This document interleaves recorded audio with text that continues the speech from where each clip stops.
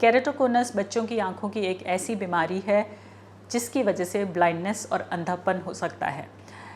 इसके बारे में जानना इसलिए ज़रूरी है क्योंकि कुछ स्टडीज़ में ये देखा गया है कि केरेटोकोनस 2% बच्चों में होने की संभावना है, यानी कि 100 में से 2 बच्चों में केरेटोकोनस हो सकता है। और इससे भी ज़्यादा ज़रूरी बात यह है कि रूटीन आई चेकअप में केरेटोकोनस का इन्वेस्टिगेशन इंक्लूड नहीं होता, जिस वजह से केरेटोकोनस का डायग्नोसिस काफ़ी बार मिस भी होता है। तो आज हम इस केरेटोकोनस के बारे में जानेंगे। नमस्कार, मैं हूं doctor Mohita Sharma, senior eye surgeon Tirupati eye centre, जो कि सेक्टर 33 नोएडा में है। तो केरेटोकोनस जो बीमारी है, इसमें ये काली पुतली या कॉर्निया जो होता है आँख का, ये वीक होता है और आँख के अंदर के प्रेशर की वजह से ये जो काली पुतली जो वीक होती है, ये धीरे धीरे पतली होती चली जाती है, इसमें थिनिंग होती है और कोनिंग होती चली जाती है। जैसे कि आप उस फोटो में देख रहे हैं, कॉर्निया में कोन बन गया है और एक स्टेज ये ऐसी आती है जब ये इतनी पतली हो जाती है कि ये फट जाती है। तो इसी की वजह से ब्लाइंडनेस भी हो सकती है।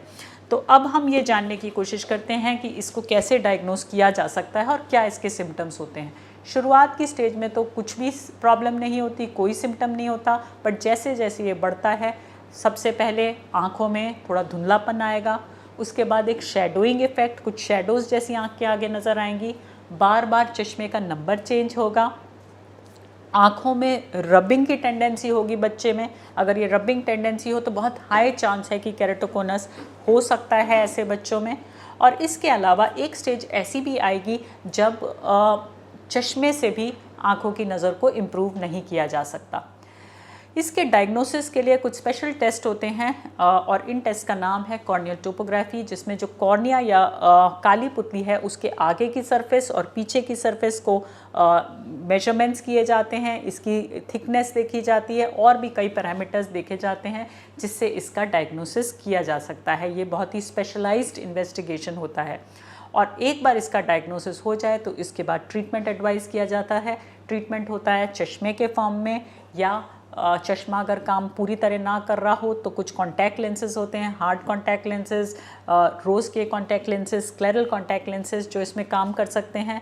या फिर एक और ट्रीटमेंट होता है जिसका नाम है कोलेजन क्रॉस लिंकिंग, जिसमें यूवी रेज दी जाती हैं और कॉर्निया को यूवी रेज से स्ट्रेंथन किया जाता है, जिससे केरेटोकोनस वहीं रुक जाता है।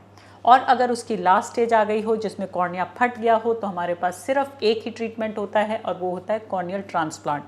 जो किसी ने कॉर्निया डोनेट किया होता है या दान में दिया होता है, वो कॉर्निया उसमें लगाया जाता है जिससे कि आँख की नज़र को बचाया जा सके। बट हम चाहते हैं कि कोई भी उस स्टेज तक ना पहुँचे, इसलिए टाइमली डायग्नोसिस ज़रूरी है और टाइमली ट्रीटमेंट केरेटोकोनस का ज़रूरी है।